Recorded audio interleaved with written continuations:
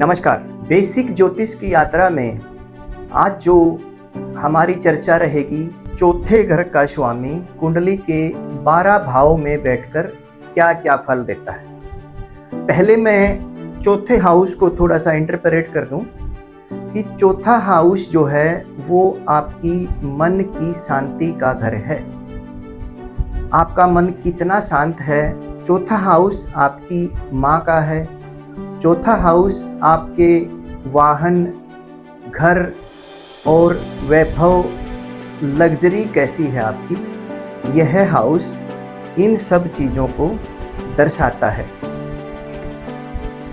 Fourth house का Lord कुंडली के अलग अलग घरों में जाके, अलग अलग हाउसेज में जाके क्या रिजल्ट देगा।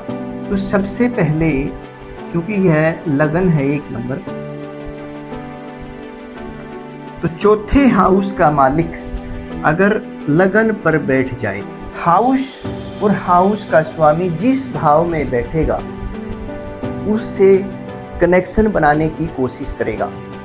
क्योंकि फोर्थ हाउस आपके घर से रिलेटेड है और लगन जो है वह आपकी पर्सनैलिटी का कारक है।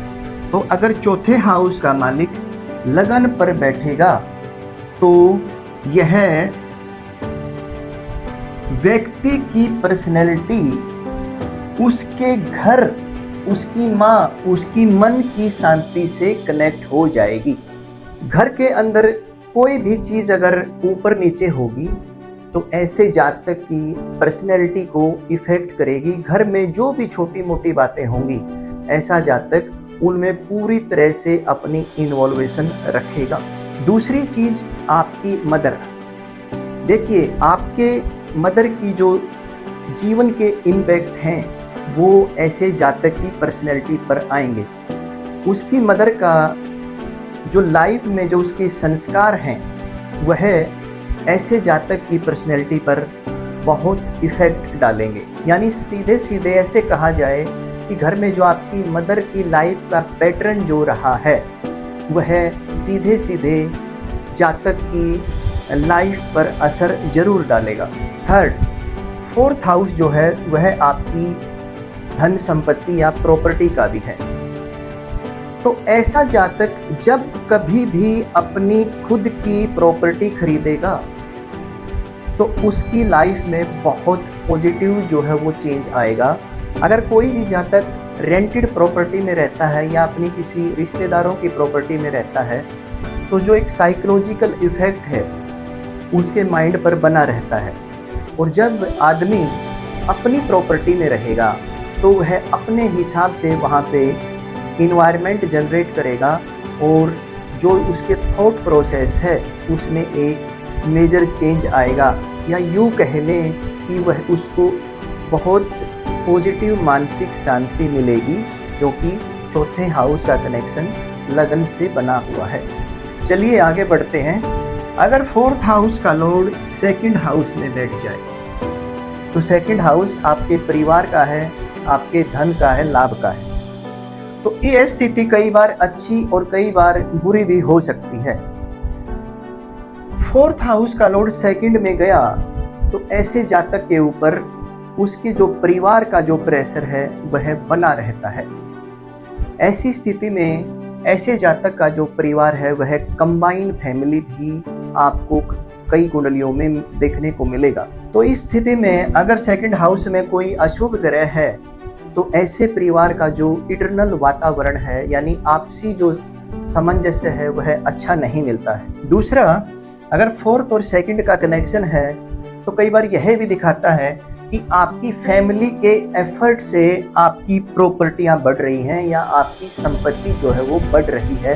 क्योंकि कई बार फोर्थ और सेकंड का कनेक्शन आपकी जो संपत्ति है, जो आपका वैभव है, आपकी जो प्रॉपर्टी है, उसको बढ़ाने में बहुत सहायक होता है। तीसरा जो हमने देखा कि जो सेकंड हाउस है वह धन का है, तो फोर्थ हाउस का लॉर्ड अगर धन वाले भाव से कनेक्शन बनाता है तो यूजुअली यह देखा जाता है कि ऐसे जातक प्रॉपर्टी के काम में ज़मीनी सौदों से अपना जो धन है वह अर्जित करते हैं या धन लाभ कमाते हैं, क्योंकि धन का कनेक्शन भूमि से, आपकी प्रॉपर्टी से बना हुआ है। ओवरऑल फोर्थ और सेकंड का जो कॉम्बिनेशन है वह वेल्थ के प्रोस्पेक्टिव से काफ़ी अच्छा है, क्योंकि ऐसे लोग यूजुअली काफ़ी धनाढ्य परिवारों में जन्म लेते हैं। इससे आगे बढ़ते हुए अगर फोर्थ हाउस का लॉर्ड थर्ड हाउस में बैठता है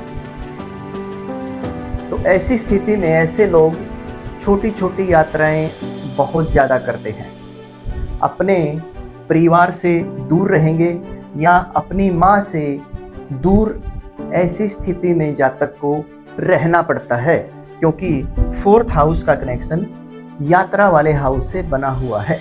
इस तरह की सिचुएशन में जो जातक का जो रेजिडेंस है वो बार बार चेंज हो सकता है, अपने काम को लेके, अपने व्यापार को लेके या अपनी जॉब को लेकर ऐसा जातक बार बार अपने जो रेजिडेंस है या घर है उसको चेंज करने की स्थिति में आ जाता है। ऐसी सिचुएशन में यह भी हो सकता है कि आपकी रेजिडेंस जो है वो काफ़ी चेंज हुए तो मल्टीपल सिटी में आपकी प्रॉपर्टी हो सकती है, क्योंकि फोर्थ का कनेक्शन थर्ड हाउस से बना हुआ है। इससे आगे बढ़ते हुए अगर फोर्थ हाउस का लॉर्ड अपने ही घर में बैठता है, फोर्थ में ही बैठता है, तो ऐसी स्थिति में ऐसे लोगों की जो मदर है वो काफ़ी एजुकेटेड होती है, क्योंकि यह एजुकेशन का हाउस भी है। ऐसे जातक की जो मदर है वह टीचिंग ओरिएंटेड प्रोफेशन से हो सकती है, क्योंकि यह कुंडली का प्रॉमिस बताता है। क्योंकि ऐसे जातक की जो मदर है वह काफ़ी इंटेलेक्चुअल, काफ़ी विजडम वाली और काफ़ी इंडिपेंडेंट जो है थॉट प्रोसेस वाली होती हैं, और ऐसी अवस्था में उस जातक की मदर का इम्पैक्ट जो है वह आपकी पर्सनैलिटी पे बहुत अच्छे से आता है। दूसरी स्थिति में अगर फोर्थ हाउस का लॉर्ड अपने ही घर में फोर्थ हाउस में ही बैठता है तो ऐसे जातक को बहुत अच्छी पैतृक संपत्ति अपने पिता से मिलती है, क्योंकि चौथा हाउस संपत्ति, वाहन, इस तरह की चीज़ों को शो करता है।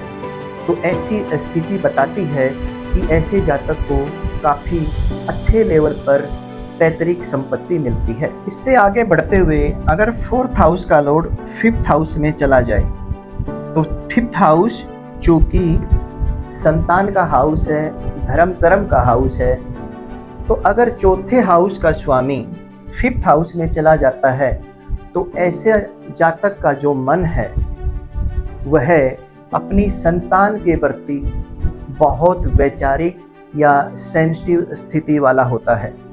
ऐसे जातक की जो संतान है वह काफ़ी सक्सेसफुल होती है और काफ़ी पॉजिटिव नेचर वाली होती है, क्योंकि केंद्र माना जाता है फोर्थ हाउस को।